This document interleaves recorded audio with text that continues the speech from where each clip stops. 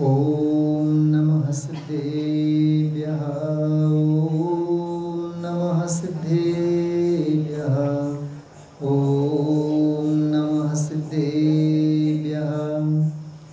नमो अरहन्ताणं नमो सिद्धाणं नमो आयर्याणं नमो अज्झायाणं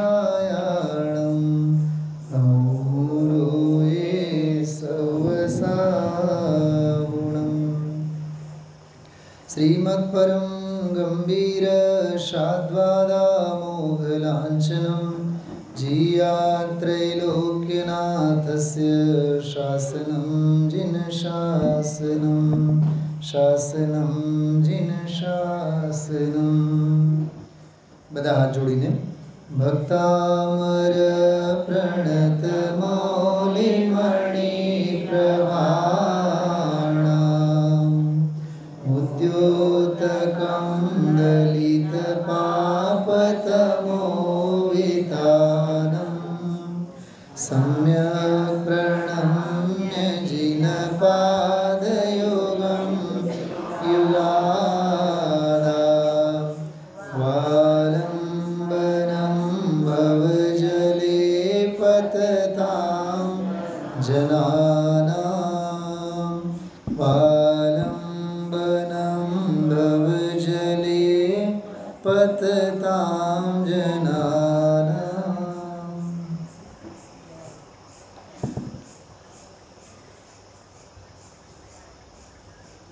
समग्र जैन शासन में सर्वोत्कृष्ट स्तुति काव्यना रचयिता आचार्य मानतुंग देवनी साधना भूमि समाधि भूमि आओ आ जनपद धारनगर धारानगरी पण कहेवाय एवी आ पावन भूमि पर आपणे सौ આજની તારીખમાં આ ક્ષણે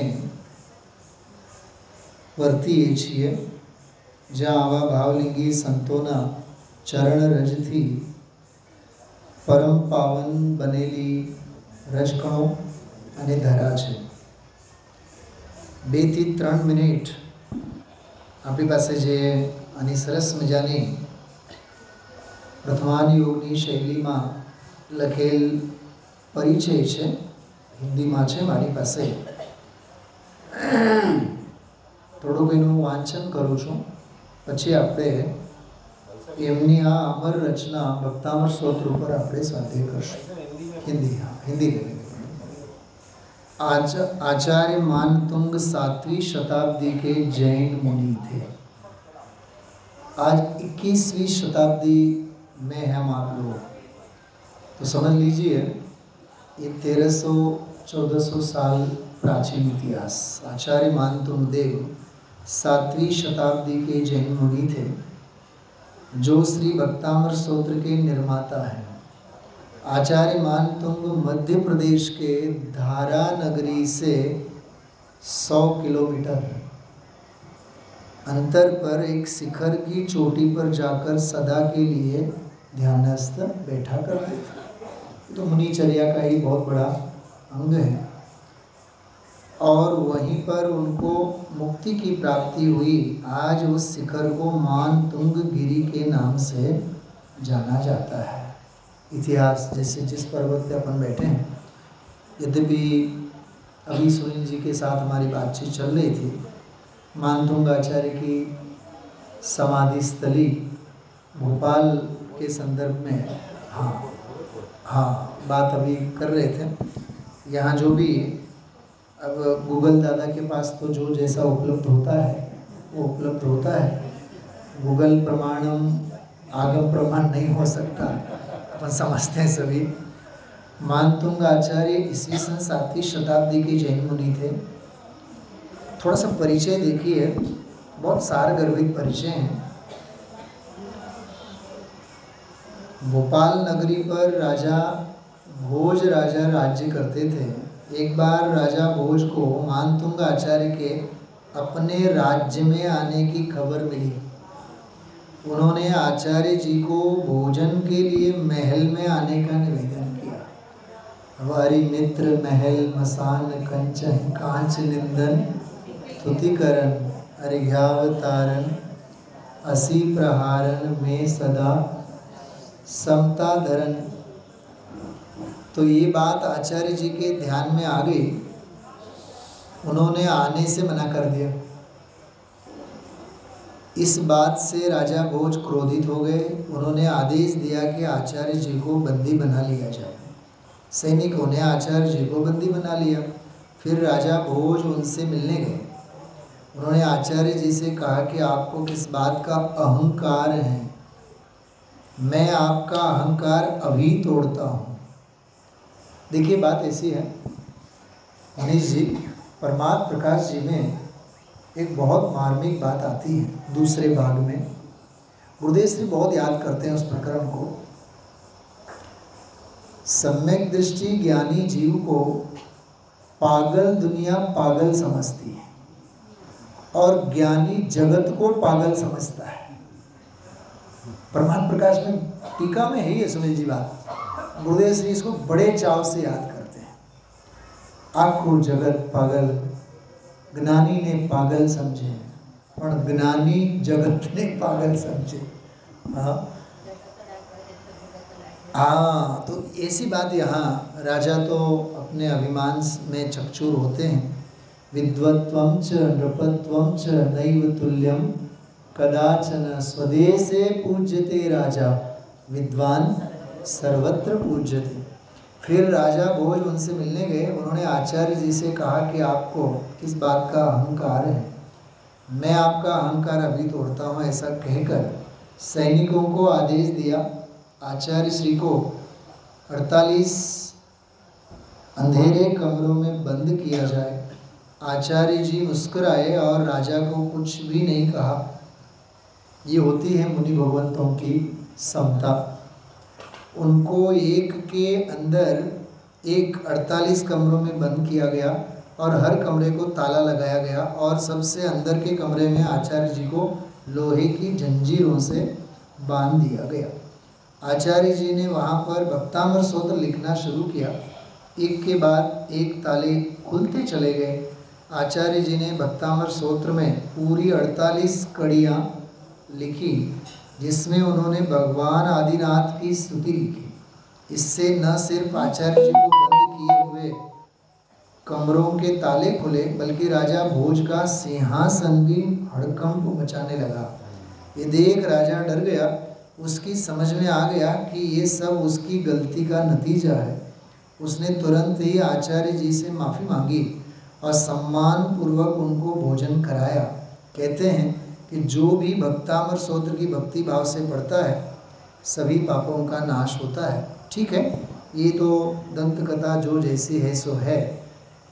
अभी कई माता बहनें और मुमुक्षु पुरुष वर्ग में से वहाँ हमारे साथ श्री जी के सामने आदिनाथ भगवान की विशाल काय प्रतिमा जी भगवान विराजे थे। वहाँ अपन ने 2-1 स्तुति करके मानतुंग आचार्य के चरणों में पहुँचे। वहाँ 10-1 काव्यों का पाठ किया। कुछ क्षण हम आप लोग मनीष जी थोड़े काव्यों की चर्चा करते हैं। सबसे पहली बात, दुनिया में चमत्कार को नमस्कार करने की पद्धति है। चमत्कार को नमस्कार करने की पद्धति है। आज कोई गुट्टी बांध करके बैठ जाए प्रकाश भाई और कहें मैं तुम्हें कागज़ के टुकड़े में से 50 रुपया की नोट बना के देता हूँ, 500 रुपये की नोट बना के देता हूँ, सारी दुनिया की भीड़ वहाँ लगती है। चमत्कार को नमस्कार करने की पद्धति सनातन अनादिकाल से है। और गुरुदेव श्री जैसे महापुरुष को समझने वाला विमल भाई, सुनने वाला जीव चमत्कार क्या है ये अच्छी तरह से समझता है।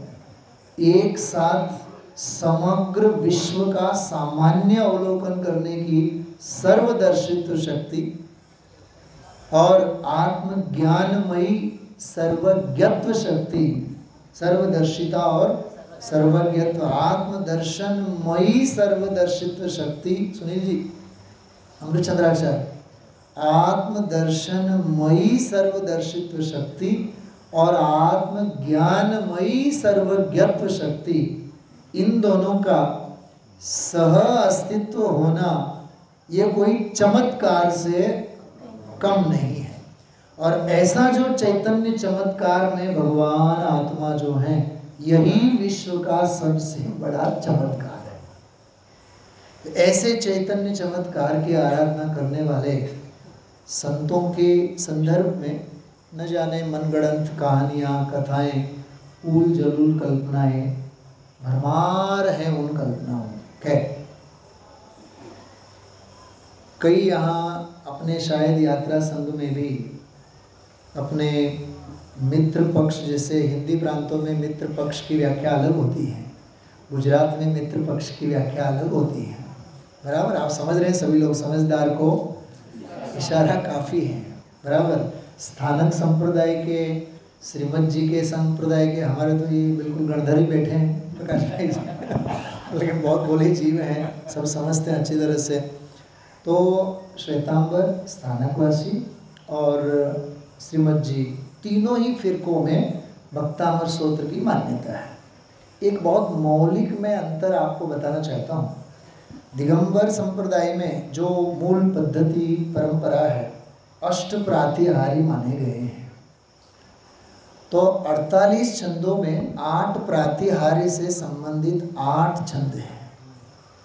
श्वेतांबर पद्धति में, यहाँ तक कि स्थानकवासी पद्धति में और श्रीमद जी की पद्धति परंपरा में 4 छंद गायब हैं। 44 छंदों की ही मान्यता है। मैं भी लगभग समझ लीजिए ना कि ऑनलाइन सुनने का जो पागलपन था, लगभग 6.5 महीने की बात थी। 6 महीने के बाद ही वो भ्रम भी टूटा। फिल्मी दुनिया की जो मानी थी कहो, जानी थी कहो, अनुराधा जी की आवाज़ में जो भक्तामर स्तोत्र का रिकॉर्डिंग है, उसके बिल्कुल मंगलाचरण में ही अपनी दृष्टि खुल जाती है। मंगलम स्थूल भद्राद्यो वाला छंद आता है, तभी अपने को भ्रम टूट जाता है कि भाई ये अपना माल ओरिजिनल तो है ही नहीं। आप सभी इस बात को बहुत विकराल भाव से सुनना, बहुत मार्मिक बात मैं कहने जा रहा हूँ। तो उसमें से 4 छंद गायब हैं। और अपनी श्री जी की दिगंबर जिन प्रतिमा जी जो अरहंत अवस्था की हैं, हर वेदी पर, सुनील जी, वेदी पर विराजमान जिनेंद्र भगवान जो है ना, वो साक्षात समो शरण में विराजमान गंधकुटी की रचना होती है। जिन मंदिर में जो वेदियाँ होती हैं, क्योंकि वहाँ छत्र भी होंगे, चामर भी होंगे, बराबर, सहस्र दल कमल की संरचना भी होगी, वो साक्षात समो शरण है। इसलिए जो गर्भ मंदिर जो बनाए जाते हैं, माता बहनें वगैरह वहाँ जा नहीं सकती हैं, जाने के लिए उनको आज्ञा नहीं है, क्योंकि जब मुनिराज से ही 7 हाथ दूर रहने का आदेश है तो तरण लोक के नाथ हैं, तो सवाल ही नहीं उठता है। खैर, ये भी एक वहाँ विषय है। अच्छा, अंत के जो 10-12 छंद हैं, जो आप लोगों ने 3 छंद पढ़े, 3, 45, 46, 47, 48, 4 छंद पढ़े। अंतिम छंद तो उपसहार वाला है, लेकिन उससे पहले वाले 3 छंद जो पढ़े, उससे पहले और आप 7-8 गिनो तो 10, 12, 15 जो छंद हैं, उन छंदों के बारे में बहुत सारी ऐसी भ्रामक कल्पनाएं कि इस छंद का पाठ करो तो ये रोग मिट जाए, ये छंद का पाठ करो तो ये रोग मिट जाए। देखिए, ऐसा है, निमित्त नैमित्तिक संबंध अलग बात है, लेकिन उन काव्यों को उन रोगों के साथ जोड़ना और करना, ये अपनी शुद्ध आमनाय की पद्धति में प्योर ग्रहित मिथ्यात्व है। क्या कहा मैंने?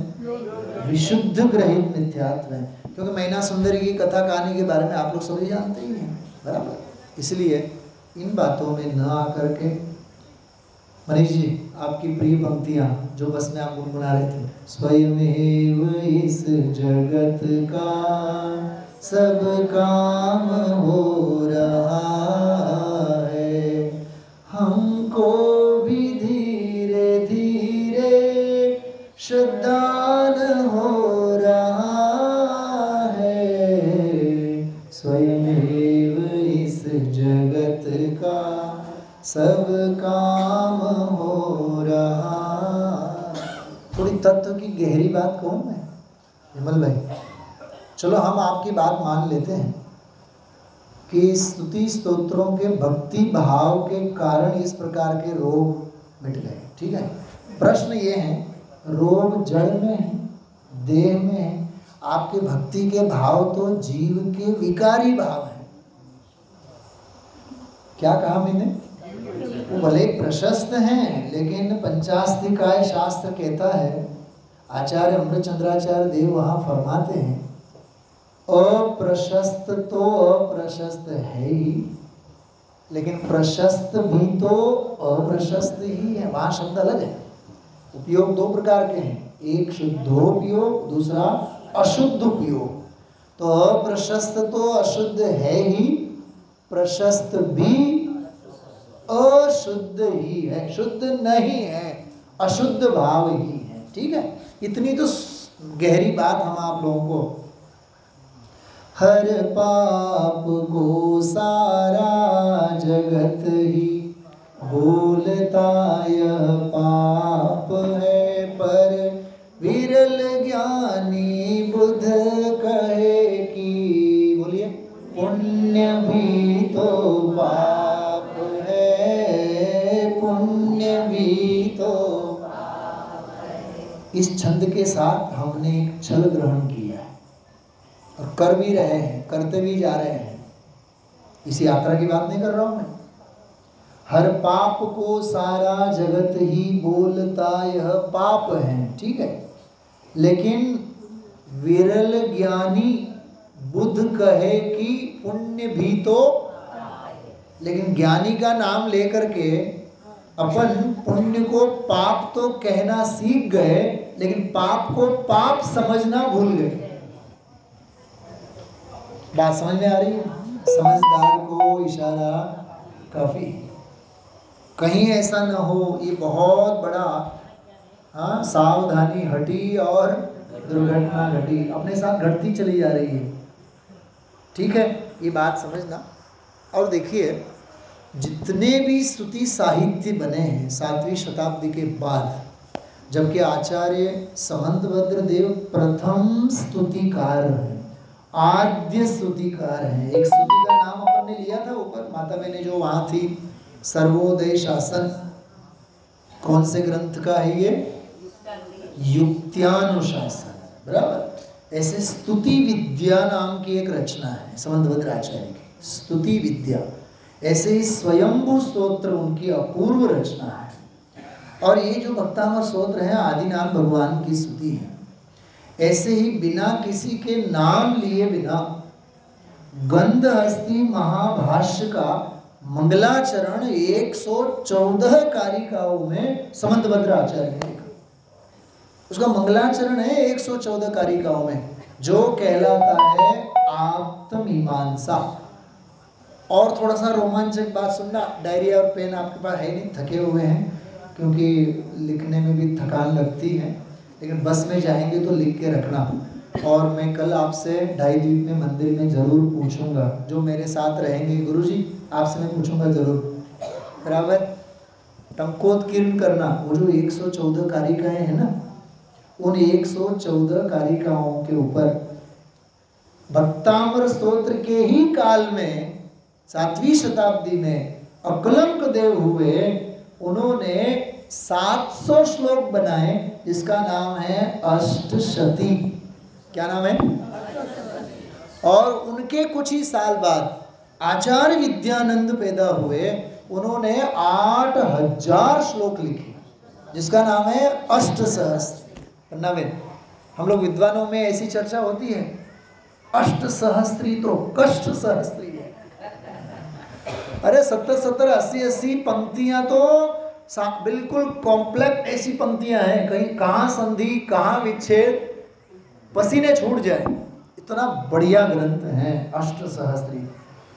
प्रकाश भाई, आपने तो इस उम्र में PhD की है, अष्टसहस्त्री का स्वाध्याय आप करें, और जिस दिन आप हमें कहेंगे कि हमने अष्टसहस्त्री पढ़ा, मनीष जी, सुनील जी और सुनील भाई राजकोट वाले आपके घर जरूर आएंगे। पिनल बेन कहाँ बैठे पिनल बेन? अष्ट सहस्री का स्वाध्याय करने जैसा है, बहुत अद्भुत है। स्वापूर्वार्थ व्यवसायात्मकं ज्ञानम प्रमाणम, अद्भुत अद्भुत अद्भुत। और आपकी जो जिज्ञासा सुपर प्रकाशक उसके गहरे रहस्य उस ग्रंथ में है।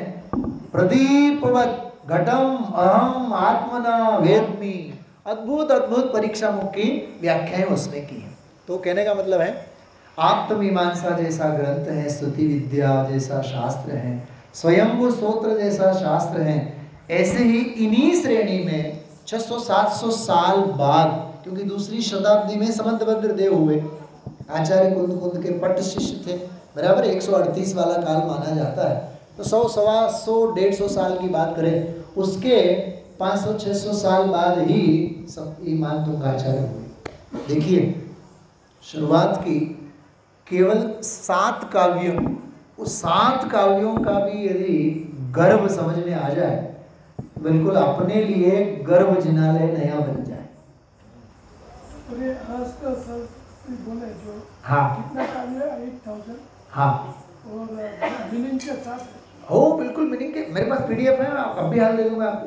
मेरे पास न्याय के 150 ग्रंथ हैं अभी, इसमें उसकी मैं पूरी की पूरी क्या बोलते हैं गूगल ड्राइव वो मैं देता हूँ, सब है उसमें, हिंदी में है, बड़ी अन्य भाषा में है ही नहीं, वो संस्कृत और हिंदी में ही है। खैर देखिए, हाँ अच्छा, दूसरा एक समाज में जिनको अभ्यास नहीं होता है, माता बहनों को खास, जैसे यहाँ भी कई लोग ऐसे बैठे होंगे, मैं ये नहीं कहूँगा कि आप हाथ खड़ा करके कहें, कई लोग बोलते हैं भक्तांबर प्रणत मौलिमण, भक्तांबर बोलते हैं, भक्तांबर नहीं है, भक्त हैं हे जिनेंद्र भगवान अमर। मानतुंगाचार्य स्वयं मनुष्य गति के मनीष जी, फिर भी उनको श्रेष्ठ भक्त के रूप में कौन दिखे? स्वर्ग के देव दिखे। अमर, अमर मतलब कौन होते हैं? देव। हाँ सर, अपने सौधर्म इंद्र वगैरह ये जो पंच कल्याणक आदि मनाते हैं, तो हे जिनेंद्र भगवान भक्तामर प्रणत, आपके चरणों में नतमस्तक होते हैं।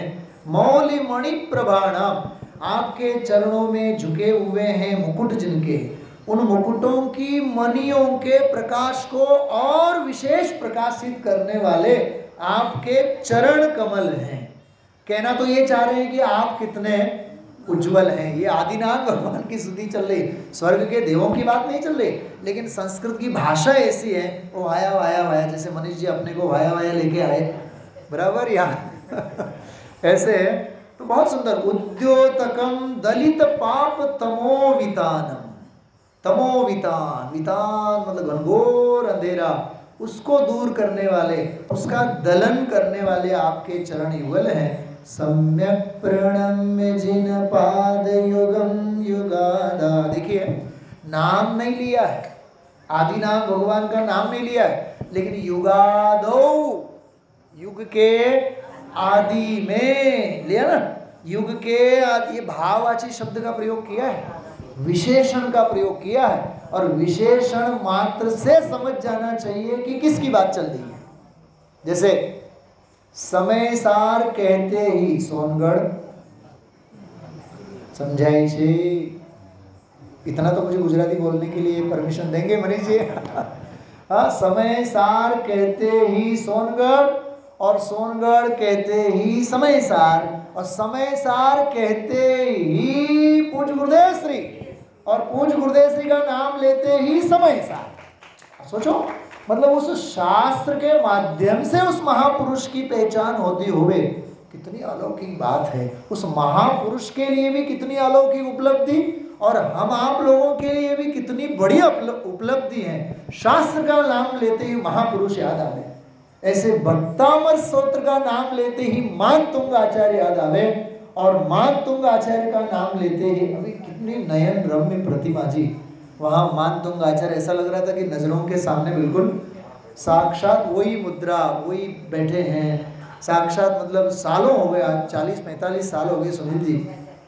भक्तामर स्तोत्र का पाठ करते हुए, लेकिन मैं अभी विजय भाई जी को फोटो में सेंड करता हूँ, जो माता बहनें वहाँ आ नहीं पाई हैं, आप लोग देखिएगा मानतुंगाचार ऐसा लगता है बिल्कुल साक्षात अपने नज़रों के सामने ही विराज रहे हो। क्या भाव की लिखे हैं उन्होंने। हाँ देखिए, थोड़ा सा आगे बढ़ते हैं अपन। सच बताओ आप, अपने लिए आलम्बन कौन है? मतलब क्या लिखा है इसमें? आलम्बनम भव जले पतताम जनाना। भव जल में पतताम, सुनील जी मानो पतताम का क्या अर्थ होता है? पतताम मतलब गिरते हुए को, बहुवचन है, गिरते हुए जीवों को। मतलब जो जैसे समय सार में लिखा है ना, किम नोर्धम ऊर्ध्व ऊर्ध्वम, कि जीव ऊपर ऊपर क्यों नहीं चढ़ते हैं, नीचे ही नीचे क्यों गिर रहे हैं। सर्व विशुद्ध ज्ञान अधिकार में कलश लिखा है। ऐसे विषय भोग आदि संसार शरीर भोगों में नीचे ही नीचे धंसने वाले जीवों के लिए, धंसते हुए जीवों के लिए जो आलम्बन है। एक मैं सच में बहुत रोमांचित हो रहा हूँ, मैं कहते हुए मैं रोमांचित हो रहा हूँ। आप थोड़ा सा याद करो भगवान आदिनाथ के 10 भवों को। हाथ खड़ा करेंगे आप लोग, ठीक है? मैं प्रश्न पूछूंगा, जिनको जवाब आता है वो हाथ खड़ा करेंगे। वह मंत्री, जिस मंत्री के कारण महाबल राजा को जैन धर्म के संस्कार मिले, जैनेश्वरी दीक्षा लेने के भाव हुए, उस मंत्री का नाम क्या? नाम भी बहुत जोरदार है। प्रवचन सार की 16वीं गाथा याद कीजिए, मंत्री का नाम याद आ जाएगा। बहुत बढ़िया, स्वयं बुद्ध मंत्री। स्वयं बुद्ध, वो स्वयं भू है 16वीं गाथा में, स्वयं बुद्ध मंत्री। गाथा याद करने के लिए मैंने कही। आप सोचो, जिस मंत्री के कारण धर्म के संस्कार मिले। मनीष जी, अरे जिस मंत्री के कारण, और वो मंत्री का जीव भी भव भवांतर में आदिनाथ जी के साथ रहा। अरे 84 लाख पूर्व की आयु थी, 83 लाख पूर्व तक तो दीक्षा के भावी नहीं हुए। जिनके चरणों में हम आप लोग लौट रहे हैं, वो 83 लाख तक तो नीलांजना के नृत्य देखने में ही। हाँ, फिर भी अपन लोग अभी क्या गा के आए? तुम भवनाशी मैं भववासी, भवसागर से तीरना है, भवसागर से। ये गा के आए ना, 83 लाख तक बराबर बैठे हुए थे। और चिंता मंत्री को थी। इसको बोलते हैं उपादान की तैयारी रखो, निमित्त तो चिंता करने के लिए बैठे ही। ये ज्ञानियों का जवाब है। उपादान की तैयारी रखो, निमित्त तो राह जोई नेज बैठा। ऊपर अपन बैठे थे, मनीष जी के लगभग 8-10 फोन आए। गणधर की गादी अपनी राह ही देख रही थी। जो देखो माँ जिनवानी की क्या सातिशयता है। और जैसे दोपहर मनीष जी से मैंने कही कि अपन भक्तामर तीर्थ पे जब जहाँ जाएंगे मानतुंग गिरी के ऊपर, रात्रि में अपन भक्तामर स्तोत्र के ऊपर ही स्वाध्याय लेंगे। मैं बहुत मार्मिक काव्य की तरफ आप सभी का ध्यान आकर्षित करना चाहता हूँ। क्या लिखा है मालूम?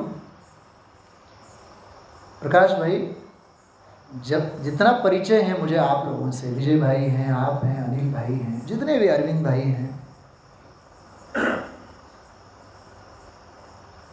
राजकोट में हम सालों पहले गए 92 में। रात्रि में 10-10, 11-11 बजे तक पाटे लगते थे। हमारे सुनील जी उसके साक्षी हैं।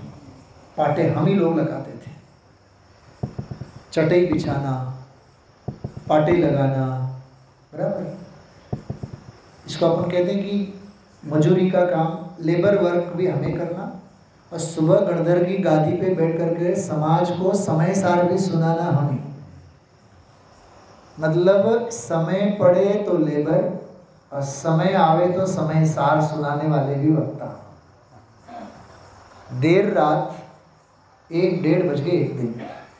भाई जी, जतीश भाई जी, हमारे गुरु जी, उन्होंने कहा कि, हमने कहा कि भाई जी आप जाइए, आराम कीजिए, हम लोग साफ सफाई करके आ जाते हैं। भाई जी ने कहा, सुनील जी समो शरण में सौधर्म भी झाड़ू लगाता है। क्या जवाब दिया प्रकाश भाई? ये विनम्रता अपने में होती है और मैं देख पा रहा हूँ आप लोगों के परिणामों में, इसलिए अपनी यात्रा इतनी सफल है, वात्सल्य से भरपूर है। कहने का मतलब ये है, मैं उस वृत्तांत से ये कहना चाहता हूँ, इसमें एक स्तोत्र है, तीसरा जो छंद है, बुद्ध्या विनापि, कि मेरे में बुद्धि नहीं है। मान तुंगाचार्य लिख रहे हैं विमल भाई, ये नहीं लिखा कि ज्ञान नहीं है। गुरुदेव ने इसका अर्थ ऐसा किया, ज्ञान નથી એમ નથી કીધું, ભાવલિંગી સંત છે તો જ્ઞાન તો ઘણું છે, પણ આચાર્ય કહે છે કે મારામાં બુદ્ધિ નથી, मुझ में बुद्धि नहीं है। शास्त्र पाठी होता है वो ज्ञानी तो होता है, लेकिन समझदारी जिसमें होती है वो बुद्धि कहलाती है। सद असद विवेकिनी पंडा, पंडा विद्यते यस्मिन सह पंडित। तो हेय अहेय का ज्ञान जिसे होता है उसको कहते हैं बुद्धि। तो बुद्ध्या विनापि, मुझ में बुद्धि नहीं है फिर भी विबुध अर्चित, और आप कैसे हैं? विबुधों के द्वारा अर्चित हैं, पाद पीठ, आपके चरण कमल पूजे जाते हैं, फिर भी स्तोतुम, स्तुति करने के लिए, समुद्यत, मैं उद्युक्त हुआ हूँ, उद्यत मतिर, मेरी मति उद्युक्त हुई है, मैं आपकी भक्ति स्तुति करने के लिए प्रेरित हो रहा हूँ। मालूम क्या लिखा है मान तुंगाचार्य ने? अपनी तो जीव ही नहीं चले, विगत त्रपोअहम लिखा है। क्या अर्थ होता है इसका अरविंद भाई? त्रप का अर्थ होता है लज्जा, त्रप का अर्थ होता है शर्म, त्रप का अर्थ होता है लज्जा। तो मैं कैसे हूं? मान तुंगाचार्य कह रहे हैं आदिनाथ भगवान से, विगत त्रपोअहम, मुझ में क्या नहीं है? अरे बोलिए तो सही, मुझ में कोई लज्जा और शर्म ही बाकी नहीं। तो लज्जा जिसमें नहीं, उसके लिए बहुब्रीहि समास में एक शब्द आता है, प्रकाश भाई ख्याल है? निर्लज्ज। सुना, बहुत गंभीर बात कह रहा हूं। आचार्य की क्या हिम्मत है, वो कह रहे हैं हे भगवान आपकी स्तुति करने के लिए तो मैं बिल्कुल लज्जा और शर्म के बिना हूं, फिर भी मैं आपकी स्तुति कर रहा हूं। तो आगे लिखते हैं, अरे परात में, त्रास में कौशल्या माता ने जल भरा, क्योंकि रामचंद्र जी को चाहिए हैं चंदा मामा, बराबर। अब वो चंदा मामा को तो वो ला करके दे नहीं सकती, तोड़ तो सकती नहीं है। अब वो माँ बोलती है, देख इस जल में तेरा चंदा मामा आ गया। उस बच्चे को उसके अंदर बिठा देती है और वो बच्चा उस चंदा मामा के साथ भाव भाषण पूर्वक खेलता है। क्या कहा मैंने? समझाई छे पन्नाबेन? शास्त्रों में मार्ग नहीं। શું કીધું? શાસ્ત્રોમાં માર્ગ નથી, માર્ગ તો જ્ઞાનીઓના હૃદયમાં છે। આપ સૌની સાક્ષીપૂર્વક પ્રકાશભાઈને હું પૂછું છું, આ વાક્ય કોનો છે? એમને ખબર છે? હા હા, કૃપાલુદેવ શ્રીમદજીનું વાક્ય છે। શાસ્ત્રોમાં માર્ગ તો છે, પણ માર્ગનો મર્મ તો હું વિગતત્રપોહમ, મારામાં એ લજ્જા કે શરમ કોઈ વસ્તુ નથી। આટલી હદે માનતુંગાચાર્ય કહે છે તો એનો કેટલો એમની निर्माणता, उनकी निरभिमान वृत्ति जो है वो हम आप लोगों को समझ में आती हैं। इसलिए लिखा, बालम विहाय जल संस्थितमिंदु बिंबम अन्यः क इच्छति जनः सहसा ग्रहीतुम। दूसरा कौन ऐसा बुद्धिशाली है, उस जल में पड़ा हुआ जो चंद्रमा का जो बिंब है उसे चंद्र समझ करके आगे बढ़े।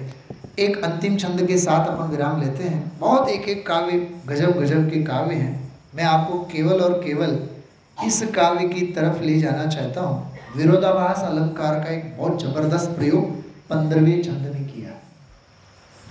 चित्रं किमत्र यदि ते त्रिदशांगनाभिर्नीतं मनागपि मनो न विकार मार्गम कल्पांत काल मरुता चलिता चलेन किं मंद મંદરાદ્રિશિખરમ ચલિતં કદાચિત. સંસ્કૃતના બધા શ્લોકો આપણને મોઢે છે, પણ બધાને વિનમ્ર નિવેદન છે કે આના હિન્દી અને ગુજરાતી બધા કાવ્યો ચોક્કસ જુઓ. પૂજ્ય ગુરુદેવ શ્રીના ભક્તામર સ્તોત્ર ઉપરના ભક્તામર પ્રવચનના નામે સરસ મજાનો પુસ્તક છે. આજે આ મનોમનમાં બીજો એક પ્રણ લેજો. હમણાં ઉપર હતા એક પ્રતિજ્ઞા તો આપણે લીધી છે, નીચે આવ્યા તો બીજી, ઢાઈદ્વીપમાં જાશું ત્યારે ત્રીજી લેશું. બરાબર? ભક્તામર પ્રવચનનો ચોક્કસ આપ સ્વાધ્યાય કરો. અન્વયાર્થ સાથે ખૂબ સરસ મજાનો આપેલો છે. શું કીધું ખબર? આમાં चित्रम किमत्र, इसमें क्या आश्चर्य की बात है? किमत्र चित्रम, इसमें क्या आश्चर्य की बात है? यदि यदि आप ते त्रिदशांगनाभिर, त्रिदश अंगनाभिर, त्रिदश मतलब इंद्र, इंद्रों की इंद्राणियां, अंगना मतलब अप्सराएं, स्त्रियां, उनसे नीतम मनागपि, मनागपि अर्थात अल्प मात्र भी, मनो न विकार मार्गम, आपका मन विकार को प्राप्त नहीं होता है, इसमें क्या आश्चर्य की बात है? क्योंकि आप वीतरागी. मैं इस विरोधाभास अलंकार का प्रयोग मनीष जी व्याजोक्ति अलंकार के रूप में प्रस्तुत कर रहा हूं. व्याजोक्ति अलंकार मतलब कर रहे हैं निंदा, हो रही है प्रशंसा. व्याजस्तुतिर मुखे निंदा, स्तुतिर या रूढ़िरण्यता. जो कहा तो जा रहा, बच्चे से अपन कहते हैं बेटा तू तो आज बिल्कुल ईद का चांद बन गया. स्कूल में ईद का चांद बन गया मतलब 6 महीने तक कहाँ गायब था. बराबर? हमारी बड़ी बच्ची जब वो 1 से 100 पहले दूसरे दिन लिख के लेके आई, 100 उसने लिखा था 001 और टीचर ने बढ़िया हैप्पी फेस बनाया था. और हैप्पी फेस नहीं था, अनहैप्पी फेस था, लेकिन आकर के मम्मी पापा से हमसे कहते हैं पापा देखो कितना बढ़िया हैप्पी फेस. बेटा ये हैप्पी फेस नहीं है. बात समझ में आ रही है? कहने का मतलब ये है कि आप वीतरागी हैं, इसमें कोई आश्चर्य की बात नहीं. सुनना कितनी बढ़िया ये मानतुंगाचार्य की भक्तामर स्त्रोत्र की कल्पना अलौकिक कैसी. वो करना चाहते हैं वीतरागता की महिमा और दृष्टांत दे रहे हैं जड़ पुद्गल स्कंद का. क्या लिखा मालूम? कल्पांत काल मरुता चलिता चलेन किम मंदराद्रिशिखरम चलितम कदाचित. अरे कल्प काल के आंधी तूफानों से भी क्या मेरू पर्वत कभी विचलित होता है? नहीं होता है. तो सुमेरु पर्वत भी विचलित नहीं होता जो कि जड़ है, और आप तो चैतन्य वीतरागता की मूर्ति हैं, तो आप विचलित नहीं होते हैं, इसमें कोई आश्चर्य की बात नहीं है. मैं ये बात आपसे पूछना चाहता हूं, हमने यात्रा की आमासी नवाईनी बात छे. मैं ये कहना चाह रहा हूं आपको कि हमने यात्रा की, इसमें कौन सी आश्चर्य की बात है? अरे हम नहीं करेंगे तो क्या गाय भैंस पशु करेंगे? इसमें कोई आश्चर्य की बात नहीं है. श्रावकाचार का तो यात्रा, प्रतिक्रमण, सामायिक, जिन दर्शन, गंधोदक आदि का ससम्मान स्वीकार, माला, जाप्य, स्वाध्याय, ये तो परम कर्तव्य है. अंतिम बात, स्वाध्याय तो आत्मार्थीनो रोजनो खुराक छे. स्वाध्याय के बिना जीवन बीहड़ जंगल है. हम आप लोग अपने जीवन में, आज ही हमने पन्ना बेनोवर इन सबसे एक बात कही, विजयोदया टीका, भगवती आराधना विजयोदया टीका 302 नंबर की गाथा, 302 नंबरनी गाथाમાં લખ્યું છે શોભનમ અધ્યયનમ સ્વાધ્યાય. બોલો તો ખરા એકવાર. शोभनम अध्ययनम स्वाध्याय. सुशोभन विनय विवेक पूर्वक अध्ययन स्वाध्याय करना, जिनामृत का पान करना, इसका नाम स्वाध्याय है. ऐसे स्वाध्याय के संस्कार हम आप सभी के दृढ़ हों और हम आप लोग यहाँ से अपने अपने घर लौटने के बाद भक्तामर स्त्रोत्र का जरूर स्वाध्याय आद्योपांत करेंगे और करेंगे. कौन कौन जा करके स्वाध्याय इसका नहीं करना चाहते हैं? हाथ खड़ा करें। करेंगे कौन? सभी करेंगे। चलिए मेरे साथ हाथ जोड़ कर आप लोग माँ जिनवाणी के प्रति विनय भावना व्यक्त करें। फिर हमारे मनीष जी बहुत सुंदर एक जिनवाणी स्तुति लेंगे। मनीष जी। सुनीतने रस निबंध शिथिल थाय, जाने तने हृदय ज्ञानी तना जनाय, रुचता जगत रुचियाड़ से सो, तूरी जता सकल नायक देवरीजे। ऐसे अपूर्व भक्तामर सूत्र की रचना, अमर रचना देने वाले मानतुंग आचार्य के चरणों में नतमस्तक होते हुए आद्योपांत इस ग्रंथ के पठन पाठन और अर्थ गांभीर्य को समझने की चेष्टा, सात्विक चेष्टा हम आप लोग जरूर करेंगे। इसी मंगल भावना के साथ विराम लेते हैं। ओम नमः सिद्धेभ्यः।